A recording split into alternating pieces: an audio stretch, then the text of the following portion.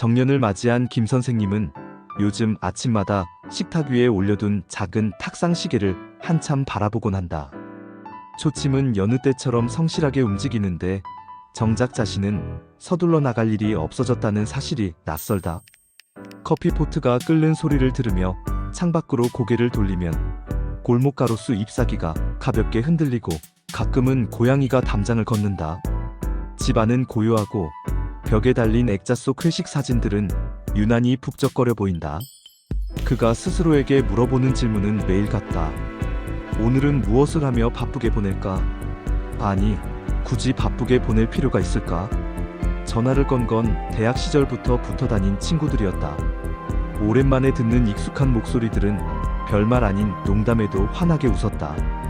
이번 주말 같이 떠나자는 제안은 전화기 너머에서 갑자기 훅 들어왔다. 캠핑. 그 단어는 젊은 날 한 번도 제대로 해본 적 없는 모험처럼 반짝였다. 김 선생님은 자연스레 달력이 있는 벽을 바라보았다. 텅 빈 칸들. 비어있는 공간은 언제든 글자를 담을 수 있을 만큼 너른 여백이었다. 약속한 날 버스에서 내려 캠핑장 입구로 걸어가니 바람이 먼저 마중을 나왔다. 소나무 숲 사이로 햇살이 내려앉고 자잘한 그림자가 바닥을 흔들었다. 친구들은 각자 배낭과 보자기 같은 가방을 들고 나타났다. 누군가는 캠핑 의자와 작은 화롯대를, 누군가는 야외용 가스버너와 과하게 큰 냄비를 가져왔다. 이사 나왔냐? 라는 농담에 모두 박장대소했다. 가방을 바닥에 내려놓으니 바람에 잔풀들이 웅성거렸다. 오래간만에 만난 얼굴들은 눈가에 주름을 숨기지 않았지만 웃음의 모양은 젊은 시절과 다를 바 없었다. 텐트를 치는 일은 생각보다 복잡했다. 막대를 어디에 끼워야 하는지, 고정핀을 어느 각도로 박아야 하는지 헷갈렸다. 설명서 글씨가 왜 이렇게 작은지 돋보기를 가져올 걸 그랬다고.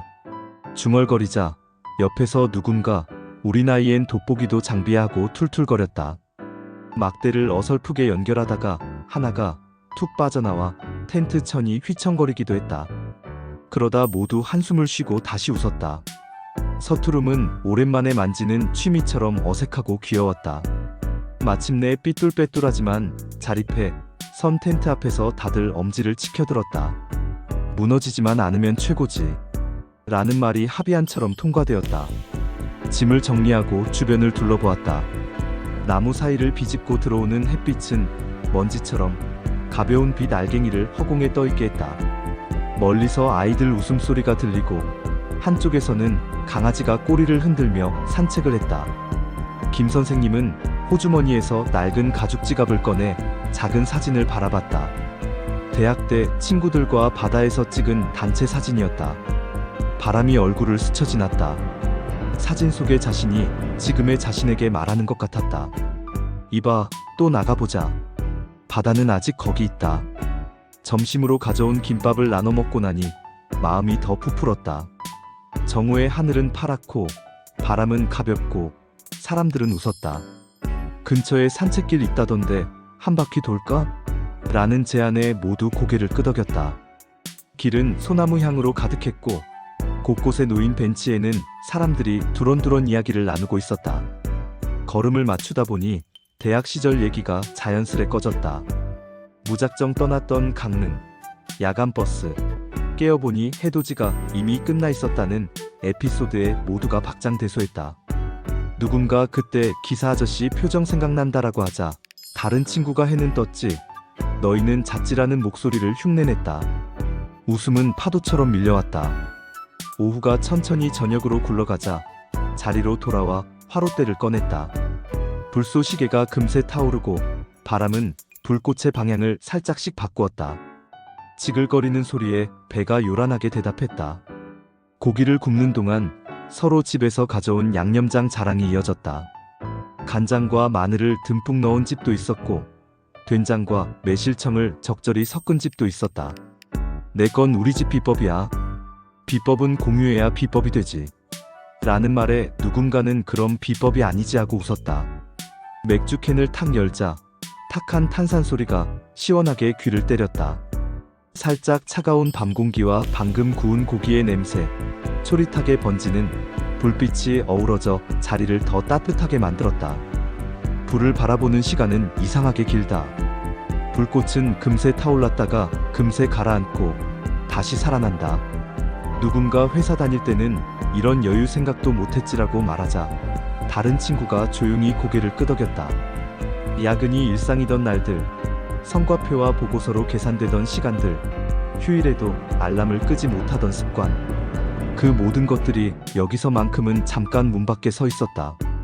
고기 한 점을 서로 젓가락으로 건네고 작은 종지에 담긴 장을 나눠 찍는 행위만으로도 마음은 충분히 포만감에 젖었다. 밤이 더 내려앉자 하늘에는 작은 구멍이 수천 개 뚫린 듯했다. 별들 사이로 바람이 지나가는 소리가 들리는 듯했다. 옆 텐트에서 누군가 기타를 치기 시작했고 다른 텐트에서는 아이가 잠들며 엄마 품에 얼굴을 묻는 소리가 희미하게 전해졌다. 친구 한 명이 조용히 입을 열었다. 솔직히 은퇴하고 처음에는 많이 허전했어. 일이라는 게 내 하루의 질서였고 칭찬과 꾸중, 달력의 마감일이 내 삶의 체온이었거든. 그게 사라지니까 손에 남은 게 없다는 느낌이 들더라. 잠시 고요가 흘렀다. 누군가 불꽃 위로 손을 내밀어 따뜻함을 확인했다. 김 선생님은 잠깐 생각하다가 말을 이었다. 나는 나대로 회사가 아니면 내 존재가 흐릿해지는 줄 알았어. 근데 오늘 느꼈다. 내가 있던 자리는 여기에도 있네. 너희랑 같이 웃고 떠드는 자리. 그리고 아침에 눈 뜨면 출근 대신 바람을 선택해도 되는 자리. 누군가 맥주캔을 들어 올렸다. 그래서 건배. 그날 밤 화롯대의 불씨가 작게 타면서도 쉽게 꺼지지 않았다.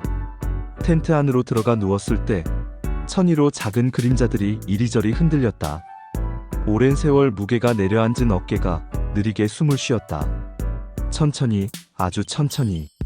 밖에서는 풀벌레 소리가 귓가를 간지렸다. 잠이 들기 전 김 선생님은 내일 아침 산책길의 냄새를 상상했다. 흙냄새와 풀냄새, 그리고 끓는 물에 녹아드는 커피향. 언젠가 잡지에서 읽었던 문장이 스쳤다. 사람은 누구나 두 번째 청춘을 갖고 산다고. 그 청춘은 결심과 친구와 바람이 모이는 지점에서 조용히 시작된다고. 이튿날 아침은 차가운 공기를 데워 먹는 듯한 맛이 났다. 캠핑장 매점에서 산 드립백을 하나씩 뜯어 종이컵에 걸고 뜨거운 물을 돌려가며 부었다. 간 내린 커피향이 텐트 사이로 옅게 흘렀다.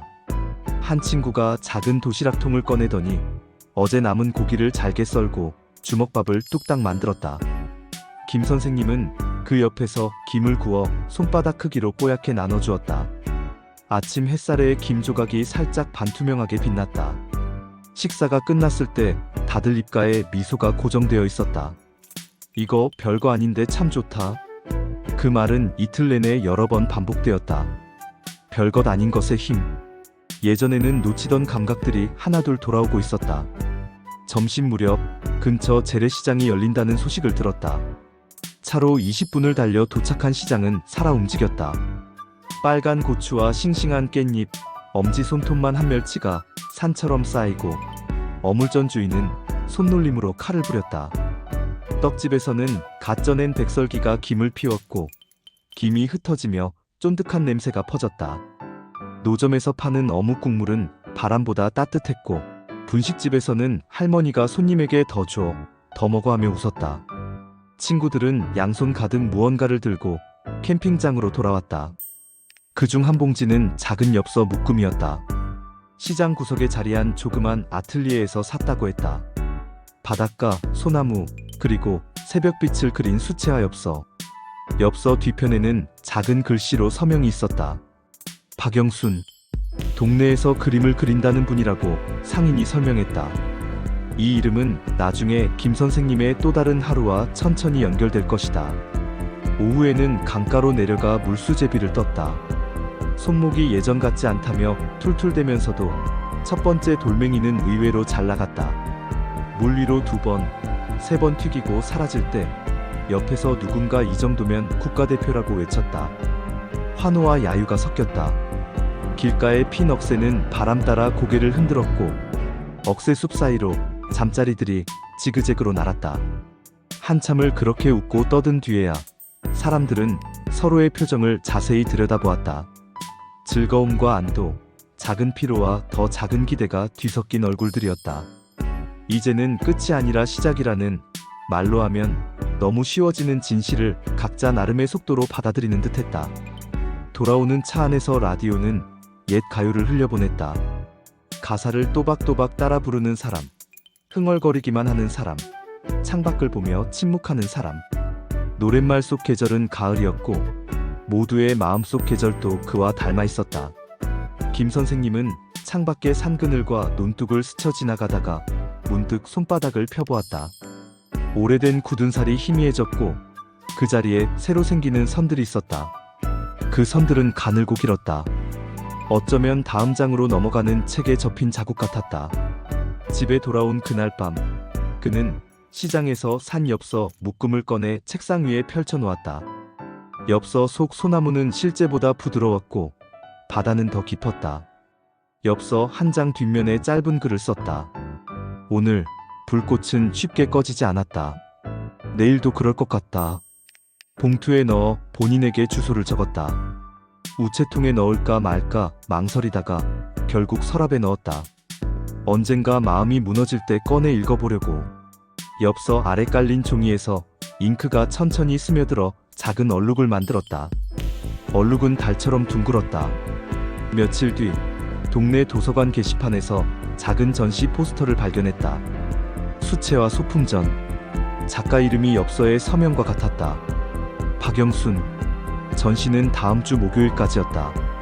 그는 무심코 휴대전화 일정에 표시를 해두었다. 목요일 저녁 도서관 강의실 옆에 작은 전시 공간. 캠핑장에서 맡았던 공기와 닮은 색들이 그를 기다리고 있을지도 몰랐다. 아마 그곳에서 또 다른 인연의 실마리를 만날 것이고 그 실마리는 그의 두 번째 청춘의 책갈피가 될 것이다. 그날 밤 침대에 누워 눈을 감으니 화롯대의 마지막 불씨가 검은 천 위의 작은 별처럼 떠올랐다. 사람의 생은 거대한 불꽃이 아니라 자그마한 불씨의 이어짐이라는 생각이 들었다. 바람 불면 살짝 깜빡이고 가까이 손을 내밀면 다정하게 덮이는 불씨. 그 불씨를 함께 지켜줄 친구가 있다는 건 무엇보다 든든한 일임을 새삼 깨달았다. 그는 살짝 미소를 지었다. 그리고 마음속으로 다음 여행의 이름을 붙였다. 다음에는 바다. 강릉의 해돋이를 이번엔 제대로 보자. 그때는 아마 누군가의 수채화처럼 하늘의 색이 종이 위로 천천히 번져갈 것이다. 그리고 아침 커피는 좀 더 진하게 내려 마시자. 커피가 식기 전에 새로 시작한 이야기를 한 장 더 넘기자.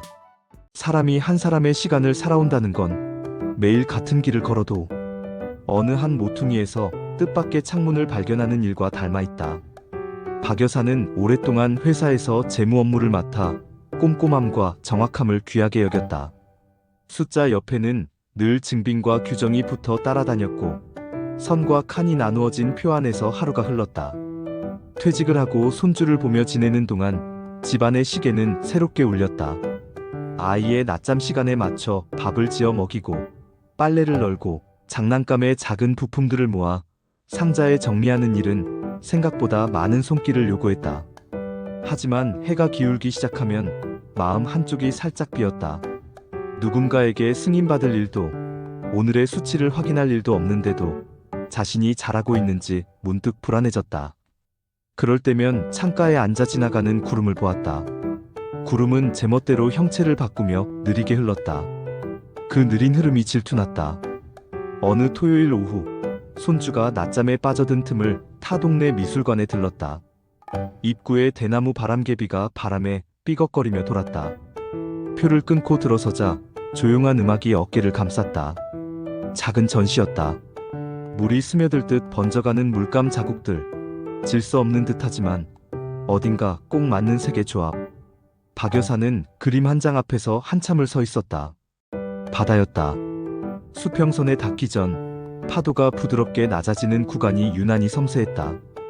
캠퍼스 하단에는 조그만 글씨가 있었다. 바람과 물, 그리고 기다림. 문득 눈시울이 뜨거워졌다. 기다림. 자신이 손에 쥐지 못했던 단어 같았다. 그림은 누군가의 손이 남긴 흔적이었지만 동시에 자신의 마음을 비추는 거울처럼 보였다. 집으로 돌아오는 길, 버스가 정류장에 잠시 섰다. 창밖으로 아이들 셋이 서로 쫓고 쫓기며 웃고 있었다. 웃음소리가 유리창을 통과해 버스 안으로 스며드는 것 같았다. 박 여사는 휴대전화 메모장에 문장을 하나 적었다. 지금도 시작할 수 있다. 글자들은 서툴렀지만 본심이었다. 다음 날 아침, 동네 문화센터 홈페이지를 뒤졌다. 수채화 기초. 수업 요일은 수요일과 금요일 밤. 수강 인원은 10명. 수강료는 생각보다 합리적이었다. 등록 버튼을 누르는 데는 생각보다 많은 심호흡이 필요했다. 누르는 순간 작은 전등이 가슴속에서 켜졌다. 첫 수업날, 종이와 물감, 다양한 굵기의 붓, 연필과 지우개를 챙겨 가방에 담았다. 교실 문을 열자 물의 냄새와 종이의 냄새가 섞여 있었다. 같은 이유로 모인 사람들이 조용히 자리 잡고 있었고 선생님은 흐르는 물처럼 말하였다. 물의 양이 붓끝에서 종이로 옮겨가는 순간이 수채화의 숨결이라고. 형태를 결정하기 전에 색이 먼저 말을 하기도 한다고. 그 말은 이상하게도 박 여사의 오래된 습관을 살짝 비틀었다. 형태, 수치, 기준으로 먼저 세계를 재단하던 방식 대신 색이 먼저 말한다는 전복. 처음 붓을 종이에 가져다 댈 때 손이 약간 떨렸다. 물은 생각보다 의지가 강했다. 조심스럽게 올린 연한 파랑이 종이에 닿는 순간 미세한 섬유 사이로 색이 달려갔다. 번진 가장자리가 꼬리를 만들었다. 비로소 자신만의 시간을 갖는 기분이었다. 집에서는 손주가 가장 큰 응원단장이었다. 할머니, 이건 하늘이에요? 응, 하늘이야. 여기에 구름을 조금 얹어볼까? 아이와 함께 물감색을 섞어보면 매번 새로운 조합이 나왔다. 파랑이랑 노랑을 섞으면 뭐가 되지? 에메랄드 같은 초록. 아이가 깔깔대며 손가락을 물감에 묻혀 종이에 찍었다. 작은 손자국이 하늘에 떠있는 섬처럼 보였다. 박 여사는 그 위에 아주 얇은 흰색을 올려보았다. 섬 주변으로 파도가 밀려오는 듯했다. 아이는 할머니, 여기 파도 소리 나요라고 속삭였다. 그 말에 둘은 잠시 귀를 기울였다. 정말로 종이에서 소리가 올라오는 것 같은 착각. 귀와 눈과 손이 동시에 웃고 있었다. 수업이 몇 주 지나자 필요 없는 선이 줄어들었다. 초반에는 연필로 꼼꼼히 형태를 그려넣고 그 위에 색을 올렸는데 어느 순간 색이 선을 이끌어가는 날이 생겼다. 실수처럼 번진 영역이 오히려 숨을 쉬게 만드는 경험도 했다. 실패의 자국은 종종 작품의 중심이 되었다. 선생님은 말했다. 물의 고집과 사람의 고집이 만나는 자리가 있다. 거기서 타협하지 말고 대화하라고. 박 여사는 그 말이 여전히 자기 삶에 유효하다는 것을 깨달았다. 사람과 사람 사이에도, 역할과 역할 사이에도 물과 같은 대화가 필요하다는 사실을. 아이를 재우고 난 뒤 싱크대 옆에서 붓을 빨며 그런 생각을 종종 했다. 그릇 바닥에서 물감색이 천천히 사라질 때 하루의 피로도 조금씩 씻겨 내려갔다. 문화센터에서 작은 반상회 같은 전시회를 열기로 했다는 공지가 올라왔다. 수강생 각자 작품 2점씩, 제목과 간단한 소개글을 함께 달면 좋겠다는 안내였다. 박 여사는 빈 종이를 앞에 두고 오래 앉아 있었다. 제목이라는 건 언제나 어렵다. 자기 속의 비밀을 한 줄로 노출하는 일이기 때문이다. 종이 옆에 차 한 잔을 내려놓고 그 김이 사라질 때까지 생각해 보았다. 그러다 불현듯 몇 주 전 미술관에서 보았던 그림의 부제가 떠올랐다. 바람과 물, 그리고 기다림. 기다림이라는 단어를 자신에게 조금 돌려 쓰고 싶었다. 그래서 첫 번째 작품 제목을 너른 숨이라 적었다. 바람이 나뭇잎 사이를 지날 때 잠깐 생기는 그 공간 같은 숨이 넉넉해지는 순간. 두 번째 작품은 오래된 바다라 적었다. 어릴 적 여름마다 고향에서 보던 바다, 수평선 위로 느리게 오르던 태양, 가마솥에서 막 꺼낸 옥수수의 뜨거운 숨까지 동시에 떠올랐다. 전시회 첫날, 복도에 작은 이젤들이 줄지어 서 있었다. 조명이 과하지 않게 내려앉아 수채화의 톤을 살려주었다. 사람들은 잠시 멈추어 작품을 바라보았다. 누군가는 고개를 아주 가까이 들이밀어 종이의 결을 살폈고, 누군가는 두 발자국 뒤에서 전체의 색을 훑었다. 박 여사는 본인의 작품 앞에서 한 걸음 떨어져 서 있었다. 불쑥 다가온 중년 부부가 작품 앞에서 눈을 맞추더니 작은 목소리로 말했다. 이거 바람 지나간 자리가 보이지? 응. 바다도 오래된 듯하면서 새로워.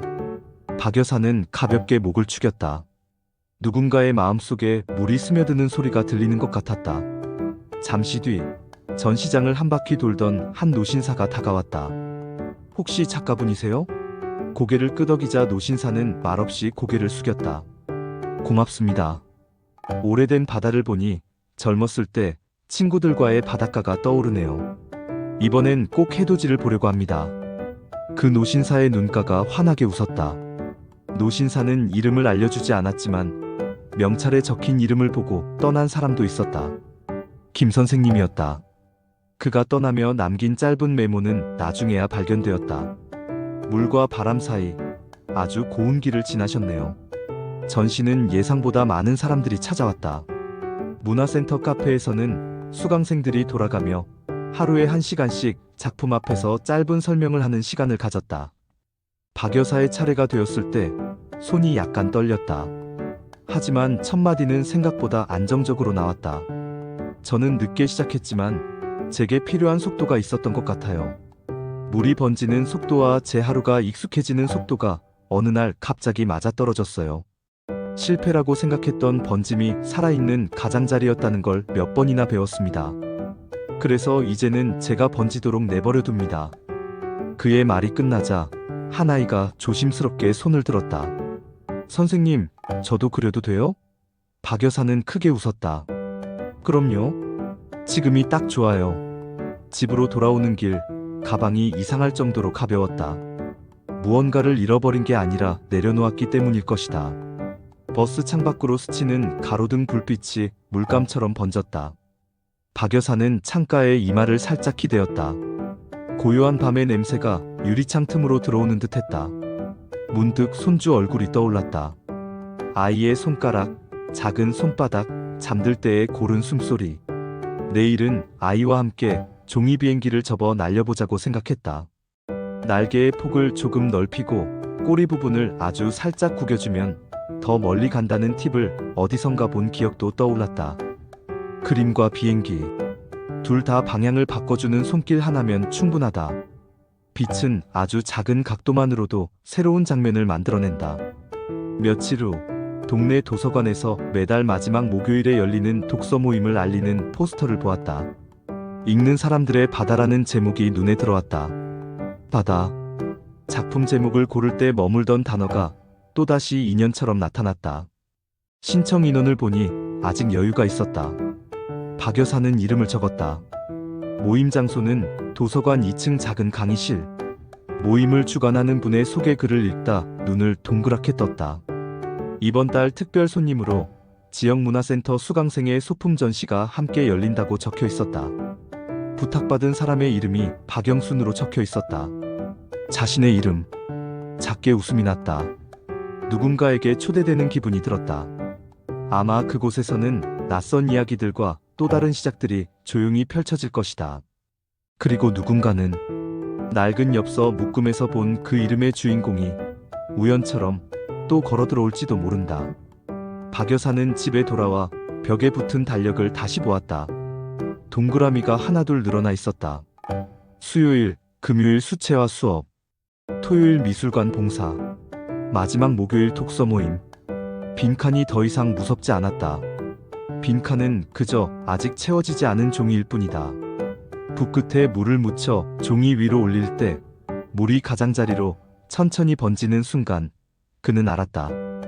자신의 삶도 이렇게 번지고 있다고. 조금 느리게, 그러나 확실하게. 그리고 언젠가 그 번짐이 서로 맞닿아 새로운 색을 만들 거라는 것을.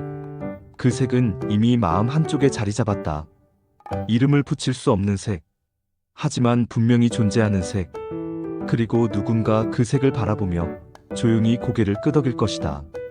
그 고개 끄덕임이 박 여사에게는 충분한 위로였다. 그는 때때로 오래된 오르골을 꺼내 돌렸다.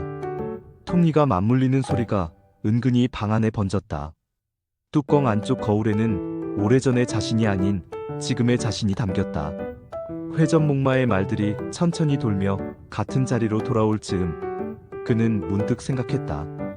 같은 자리로 돌아오는 것도 나쁘지 않다고. 다만 돌아오는 길에 다른 풍경을 한 줌이라도 주머니에 넣어오면 된다고. 그림은 그런 풍경을 오래도록 내려놓게 해주었다. 종이 한 장 위에 붙들어둔 빛과 시간, 그리고 마음. 그것들은 말수가 적었지만 당당했다. 봄이 오자 동네 공원 벤치에 앉아 연습을 했다. 나무 껍질의 결, 그림자, 바람의 방향. 연필선으로 먼저 눌러보고 그 위에 물을 얹으면 의외의 길이 열리는 날이 많았다. 옆자리 노부부가 고개를 기울여 스케치를 바라보며 웃었다. 이 나무 젊었을 때부터 똑같은 자리에 있었지요. 그렇지요. 봄마다 꽃이 먼저 피는 녀석이었어요. 그들의 기억이 선이 되었고 박 여사는 그 선을 따라 조심스럽게 색을 얹었다. 집에 돌아오는 길, 공원에서 본 강아지의 꼬리가 오래도록 머릿속을 흔들었다. 다음에는 강아지의 그림자만 따로 그려보자고 결심했다. 보이는 것보다 보이지 않는 것이 더 많은 날, 그림은 그 빈자리를 적당히 채워주었다. 여름에는 빛이 훨씬 빠르고 크다. 건조해지는 속도도 달라서 물의 양을 더 세밀하게 조절해야 했다. 선생님은 작은 스포이드로 물을 한 방울씩 떨어뜨리며 시연했다. 물 한 방울이 색 위에 떨어지면 경계가 펼쳐지고 오래 바라보면 경계가 다시 맺힌다. 마음도 그와 같다고 선생님은 가볍게 덧붙였다. 한번 풀어진 마음이 다시 모양을 가지기까지는 시간이 필요하다고. 박 여사는 그 말이 비밀스러운 위로처럼 느껴졌다. 여름밤 베란다에서 창밖을 내다보며 그림을 그리고 있으면 먼 데서 개 짖는 소리가 들렸다가 멎었다. 한 번의 번짐과 한 번의 수습 사이에 세상은 여전히 잘 돌아가고 있었다. 가을에는 전시가 끝난 뒤에도 그림을 팔지 않았다. 누군가 사고 싶다는 제안을 몇 번 받았지만 그는 정중히 고개를 저었다. 작품을 꼭 붙들어 두려는 욕심 때문이 아니라 아직 충분히 헤아려 보지 못한 마음이 남아 있었기 때문이었다. 그 마음을 조금 더 데리고 살고 싶었다. 대신 엽서를 몇 묶음 만들어 두었다. 수채화의 색이 종이에서 약간 흐릿해졌지만 흐릿함은 오히려 온기를 더했다. 도서관 카운터 옆에 놓인 작은 바구니에 엽서를 두고 원하시는 분 가져가세요라고 적어두었다. 어느 날 엽서가 전부 사라져 있자 그는 바구니를 가만히 쓰다듬었다. 종이 한 장이 누군가의 하루에 닿았다는 흔적, 그것이면 충분했다. 어느 저녁 문화센터 강의가 끝난 뒤 복도에서 서점 청년과 마주쳤다. 청년은 박 여사의 작품을 좋아했다며 수줍게 말을 꺼냈다. 제 서점에서 작은 전시를 열고 싶은데 혹시 괜찮으실까요? 그는 먼저 부담없게 시작해보자고 제안했다. 엽서 전시. 서점의 한쪽 벽을 비우고 작은 액자에 엽서를 꽂아두는 방식이었다. 개업 날짜가 정해지고 청년은 손수 만든 초대장을 들고 도서관 모임에 와서 사람들에게 건넸다. 초대장에는 서툴지만 정성스러운 손글씨가 가득했다. 전시 첫날, 박 여사는 사람들 앞에서 짧게 감사 인사를 했다. 그리고 한 문장을 덧붙였다. 제가 물감에 빚진 게 많습니다. 오늘 저녁은 그 빚을 조금 갚는 날인 것 같아요. 그 말에 누군가가 조용히 박수를 시작했고 박수는 금세 서점 전체로 퍼졌다. 밤이 깊어 문을 닫고 돌아오는 길, 바람이 옷깃 안으로 파고들었다. 박 여사는 스카프를 조금 더 조여매고 발걸음을 천천히 옮겼다. 가로등 불빛이 인도 위의 물웅덩이에 흔들렸다. 물의 표면이 빛을 쪼개어 다시 하늘로 보냈다. 그는 발걸음을 멈추고 잠깐 허리를 굽혔다. 얇은 나뭇잎 하나가 물 위에 떠 있었다. 손가락을 뻗어 잎을 들어 올렸다. 물방울이 조심스레 흘러내렸다. 떨어지는 속도는 느렸고 그 느림이 자신을 진정시켰다. 그는 스스로에게 낮게 말했다. 지금도 시작할 수 있다. 그 문장은 여전히 유효했다. 내일도 모레도 아마 그 다음 날도. 겨울이 오기 전에 그는 도서관에서 열리는 낭독회에 초대되었다. 주제는 기다림이었다. 박 여사는 빗속의 바다를 가져갔다. 작품 앞에서 짧게 설명을 하며 말했다. 물의 속도와 제 마음의 속도가 닮아 있습니다. 그래서 저는 서두르지 않으려 합니다. 번진 자리를 지우지 않고 함께 살려고 합니다. 설명을 마치자 맨 앞줄에 은퇴한 선생님이 고개를 끄덕였다. 그날 저녁 그 선생님과 함께 바다를 보러 가자는 약속을 했다. 그리고 약속은 지켜졌다. 새해 첫 주말 함께 해돋이를 보았다. 해가 올라오기 전 수평선 위의 얇은 빛은 너무나 조용해서 오히려 소리를 내는 듯했다. 바다는 늘 같은 자리에서 새로운 시작을 보여주었다. 그 장면을 그는 오래 기억하기로 했다. 기억은 그림보다 더 오래 남는 때가 있다. 하지만 그림은 기억의 틈을 다정히 메워준다. 봄이 다시 오면 그는 아이와 함께 공원의 벤치에 나란히 앉아 그림을 그릴 것이다. 아이는 하늘에서 토끼를 찾고 그는 하늘의 가장자리에 얇은 흰색을 덧댈 것이다. 여름이 오면 서점에서 두 번째 엽서 전시를 열 것이고 가을이면 도서관에서 사람의 색이라는 제목의 조그만 워크숍을 진행할지 모른다. 겨울이 오면 둘은 또 바다로 갈 것이다. 그 모든 시간에 가장자리를 잇는 것은 거창한 목표가 아니라 작은 약속들이다. 종이와 물, 색과 손, 그리고 옆에서 고개를 끄덕여주는 사람들. 그 작은 것들이 그의 하루를 단단하게 묶었다. 도서관 2층 작은 강의실 문을 열면 따스한 등불 아래 둥근 테이블이 보인다. 목요일 저녁 그 테이블을 중심으로 사람들이 모여든다. 젊은 엄마, 은퇴한 선생님, 대학생, 서점에서 일하는 청년, 그리고 손에 작은 화구 가방을 든 중년의 여인.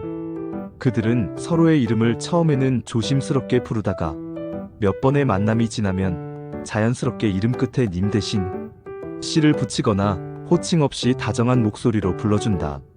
소개는 길지 않다.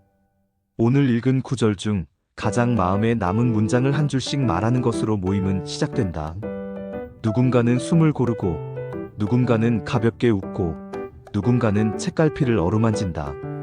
처음에 입을 연 건 서점 청년이었다. 책 속의 인물이 바다를 건너 겨울을 지나 봄으로 들어가는 장면을 천천히 읽었다. 그 다음은 대학생. 본문 중 어머니를 떠올리는 구절에서 목이 메었다고, 그래서 그 페이지를 오래 덮지 못했다고 덧붙였다. 젊은 엄마는 아이가 낮잠에서 깰까봐 늘 촉각이 곤두서 있었는데 그 구절을 읽는 동안만은 시간의 단추가 느슨해졌다고 했다. 마지막으로 은퇴한 선생님이 책을 들고 자리에서 일어났다. 목소리는 낮았지만 안정되었다. 한때는 책을 숙제처럼 읽었습니다. 교과서와 보고서, 학습지와 회람 문서. 하지만 오늘은 책이 제게 말을 걸었습니다. 바람이 소나무 사이를 지나는 소리처럼. 말을 마치고 자리에 앉을 때 작은 박수가 흘렀다. 그 선생님의 명찰에는 김 선생님이라는 글자가 붙어 있었다. 모임 중간 쉬는 시간에 작은 전시가 함께 열렸다. 벽에는 수채화 소품 몇 점이 걸려 있었다. 바다, 소나무, 새벽빛. 작품 앞에는 짧은 설명이 붙어 있었다. 너른 숨, 오래된 바다. 이름만 읽어도 조용히 숨이 깊어지는 제목들이었다. 사람들은 종이의 질감을 가까이서 살피며 세계 가장자리에서 멈춘 물의 흔적을 손끝으로 더듬는 듯 바라보았다. 전시를 준비한 사람은 모임의 새로운 회원이었다. 이름은 박영순. 반짝이는 눈빛으로 질문을 듣고 대답하는 동안에도 그녀의 손끝은 무의식적으로 허공에 작은 선을 긋고 있었다. 쉬는 시간, 김 선생님은 조심스럽게 말을 걸었다. 혹시 문화센터에서 전시하신 분 맞지요? 며칠 전 우연히 보고 큰 위로를 받았습니다. 박 여사는 살짝 놀란 듯 웃었다. 감사합니다. 저도 그날 관람객이 남긴 메모를 보고 위로받았어요. 둘은 동시에 고개를 갸웃했다. 혹시 그리고 웃음이 터졌다. 메모의 주인과 그 메모를 읽고 울컥했던 사람이 서로를 알아보는 데에는 꽤 오랜 시간이 필요하지 않았다. 주변에서는 젊은 엄마가 가져온 과자 봉지를 돌리고 서점 청년은 누군가의 책갈피가 되어준 낡은 영수증에 흥미롭게 시선을 주었다. 일상의 조각들이 하나의 테이블 위에서 얹혀졌다. 두 번째 시간에는 책에 대해 더 깊이 이야기했다. 혼자 사는 노인이 조용히 입을 열었다. 젊었을 땐 이야기를 빨리 읽었습니다. 다음에 무슨 일이 일어나는지 궁금해서요.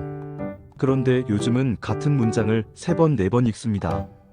문장 사이에 공백이 예전보다 더 많아졌거든요. 그 공백을 지나가느라 시간이 걸립니다. 모두가 고개를 끄덕였다. 박 여사는 그 말에 마음이 멈칫했다. 수채화에서도 색과 색 사이의 여백이 중요한 것처럼 문장과 문장 사이에도 숨을 고르는 칸이 필요하다는 걸 떠올렸다. 대학생은 공백이 많은 책을 힘들어했는데 노인의 설명을 듣고 처음으로 그 공백을 좋아해보려 노력하겠다고 말했다. 젊은 엄마는 메모장에 여백이라는 단어를 적어 넣었다. 그 단어 옆에 작은 하트도 그렸다. 모임이 끝날 즈음 진행자는 다음 달의 주제를 소개했다. 여행과 귀가. 누군가는 떠나는 이야기를, 누군가는 돌아오는 이야기를 들려줄 예정이다. 김 선생님은 조심스레 손을 들었다. 캠핑을 다녀온 이야기를 해도 되겠냐고 물었다. 모두가 환영한다는 듯 손뼉을 쳤다. 서점 청년은 즉석에서 캠핑 낭독회라는 메모를 적어두었다. 박 여사는 옅게 웃었다. 캠핑이라는 단어 속에 불빛과 바람과 사람이 겹쳐 보였다. 모임이 끝난 뒤 출입문 앞에서 둘은 짧은 인사를 나누었다. 다음에 제 전시가 또 열리면 꼭 와주세요. 그럼요. 다음에는 제가 엽서를 사서 사인도 받을 겁니다. 농담처럼 시작된 대화는 약속처럼 남았다. 한 달이 지나 다음 모임이 열렸다. 김 선생님은 작은 노트를 들고 와 캠핑장에서 있었던 일들을 조곤조곤 들려주었다. 텐트를 삐뚤게 세운 이야기, 화롯대 앞에서 고기를 굽다 장난치다 떨어뜨린 소시지 이야기, 새벽에 별을 보며 친구와 나눈 속마음. 사람들은 가끔 크게 웃었고 가끔은 고개를 끄덕이며 조용히 숨을 골랐다. 이야기의 끝에서 김 선생님은 말했다. 나는 아마 앞으로도 많이 헤맬 겁니다. 길을 잘못 들기도 하고 계획한 것과 다른 날을 보내기도 하겠죠. 그런데 이제는 그 헤맴이 나쁘지 않습니다. 누군가와 함께 헤매면 그 길은 길이 되더군요. 방 안이 잠시 고요해졌다가 따뜻한 박수가 둥근 테이블 위에 내려앉았다. 모임 이후 몇몇은 근처 카페로 발걸음을 옮겼다. 카페 창가 자리에는 오후 햇살이 아직 남아있었다. 서점 청년은 신간 소개를 해주었고 젊은 엄마는 아이와 함께 읽기 좋은 그림책을 추천했다. 박 여사는 가방에서 작은 스케치북을 꺼냈다. 대화 사이사이에 빠르게 선을 긋고 색을 얹더니 금세 작은 컵과 접시 그리고 창밖에 가로수 잎을 종이 위에 옮겨 놓았다. 김 선생님은 그 그림을 보며 말했다. 색이 말을 건네네요. 박 여사는 웃으며 대답했다. 가끔은 색이 더 솔직하죠. 둘은 같은 페이지를 바라보며 다른 생각을 했다. 그러나 그 다름은 테이블 위에서 이상하게 잘 맞았다. 시간이 흘러 도서관 모임은 점차 사람들의 일상 속 자리를 굳혔다. 누군가는 취업 준비로 마음이 헐거워질 때 이곳에서 단단함을 얻었고 누군가는 부모님의 병간호로 잠시 지쳤다가 책 한 구절로 숨을 고를 수 있었다. 서점 청년은 본인 서점에서 작은 낭독회를 열었고 젊은 엄마는 동네 놀이터에서 아이들과 함께 그림책 피크닉을 시작했다. 혼자 사는 노인은 꽃집에서 사온 카네이션을 한 송이씩 나눴다. 도서관은 책만 쌓아두는 장소가 아니라 사람의 온기를 책 사이에 꽂아두는 집이 되었다. 어느 비 내리는 목요일 모임 참석자들은 각자 파스텔톤 우산을 쓰고 강의실로 들어왔다. 밖에서는 빗방울이 창문을 두드렸고 안에서는 사람들이 작은 목소리로 서로의 안부를 물었다. 그날의 주제는 기다림이었다. 박 여사는 오래 고민한 끝에 새 작품을 가져왔다. 빗속의 바다. 색은 어둡지 않았고 물의 번짐이 유독 풍성했다. 작품 앞에 붙인 문장은 아주 짧았다. 물의 속도는 마음의 속도와 닮아 있다. 사람들은 고개를 끄덕이며 작품을 천천히 훑었다. 김 선생님은 그 문장을 노트에 옮겨 적었다. 그리고 그 아래에 조심스럽게 자신의 문장을 덧붙였다. 책의 속도도 그렇다. 우리는 각자 다른 페이지를 다른 속도로 넘긴다. 하지만 같은 문장에서 잠시 만나기도 한다. 모임이 끝난 뒤 도서관 1층 로비에서 작은 음악회가 열렸다. 동네 기타 동호회 회원들이 자원의 연주를 준비했다. 첫 곡의 전주가 시작되자 사람들은 동시에 숨을 들이마셨다. 누군가는 눈을 감았고 누군가는 악보를 넘기는 손을 유심히 바라보았다. 김 선생님은 문득 지난 캠핑장에서 들었던 수많은 소리들을 떠올렸다. 불꽃이 꺾이며 만들던 소리, 저 멀리서 강물이 스치는 소리, 이따금 텐트 천을 치던 바람의 손길, 그 모든 소리가 기타줄 위에서 다시 울렸다. 음악이 끝나고 박수가 커다란 물결처럼 번졌다. 박 여사는 손뼉을 치다가 옆을 돌아보았다. 김 선생님과 눈이 마주쳤다. 둘은 말없이 미소를 지었다. 말이 없어도 충분한 대화가 가능한 순간이었다. 계절이 바뀌고 도서관의 나무들도 색을 갈아입었다. 어느 겨울 모임 구성원들은 각자 새해의 작은 계획을 하나씩 꺼내놓았다. 서점 청년은 동네 사람들의 추천 문장으로만 채운 전시를 열겠다고 했고, 젊은 엄마는 자신만의 시간을 하루에 30분이라도 지키겠다고 했다. 혼자 사는 노인은 동네 어린이들과 함께 옛날 놀이를 해보겠다고 했다. 김 선생님은 바다로 가겠다고, 이번에는 정말 해돋이를 보겠다고 말했다. 박 여사는 그 말을 듣고 조용히 손을 들어 말했다. 저도요. 파도의 속도를 그려보고 싶어요. 둘의 약속은 모임을 넘어 이어졌다. 해가 바뀌고 첫 주말, 동네 사람 몇이 함께 새벽 기차를 타고 동해로 향했다. 차창 밖으로 검은 밤이 물러가며 짙은 파란색이 번졌다. 사람들이 서로의 어깨에 가볍게 기대고 누군가는 조용히 도시락에 김을 펴서 나눠주었다. 바다에 도착했을 때 바람이 얼굴을 톡톡 두드렸다. 수평선 위로 아주 얇은 빛의 선이 먼저 나타났다.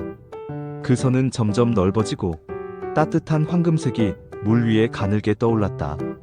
누군가는 사진을 찍었고 누군가는 눈을 감았다가 떴다. 김 선생님은 가슴 안쪽에서 오래된 무언가가 풀리는 느낌을 받았다. 박 여사는 스케치북을 열고 아주 빠르게 선을 그었다. 물의 가장자리, 파도의 어깨, 빛이 올라오는 각도, 색은 나중에 얹으면 되었다. 지금은 속도였다. 빛과 마음이 같은 페이지에 서 있는 시간.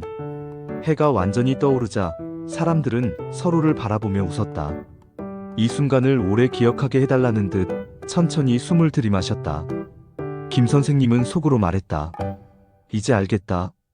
두 번째 청춘은 거창한 선언이 아니라 같이 일어나 바다를 보러 오는 약속에서 시작된다는 것을.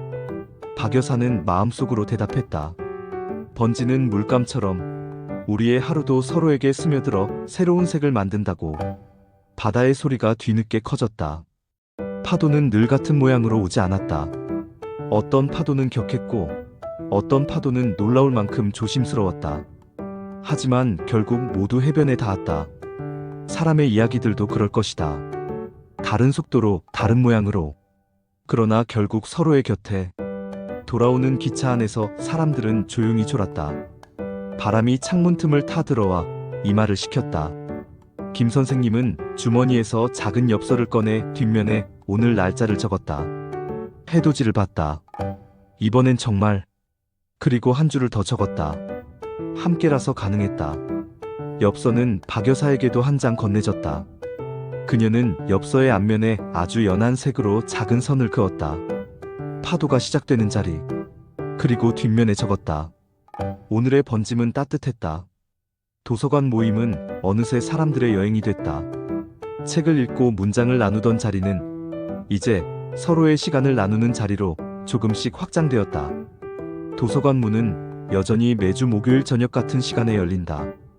둥근 테이블은 사람들이 돌아가며 자신의 이야기를 올려놓는 접시가 되었다. 어떤 이야기는 단맛이 났고 어떤 이야기는 약간 쌉싸름했다. 하지만 그 모든 맛은 한 끼의 식탁을 이뤘다. 사람들은 각자의 숟가락으로 조금씩 덜어먹고 남은 것들을 서로에게 포장해 건넸다. 다음 주에 또 만나자며 손을 흔들고 돌아가는 길. 가로등 불빛이 눈부시게 흔들렸다. 바람은 여전했고 책은 그들을 기다리고 있었다. 그리고 그 책 사이에는 작은 엽서들과 손글씨가 끼워져 있었다. 누군가가 남긴 다정한 문장들. 언젠가 다른 누군가가 펼쳤을 때 조용히 고개를 끄덕일 수 있도록. 사람들은 말한다. 도서관은 조용한 곳이라고. 그러나 이곳의 조용함은 침묵이 아니라 서로의 이야기가 반짝이는 소리다.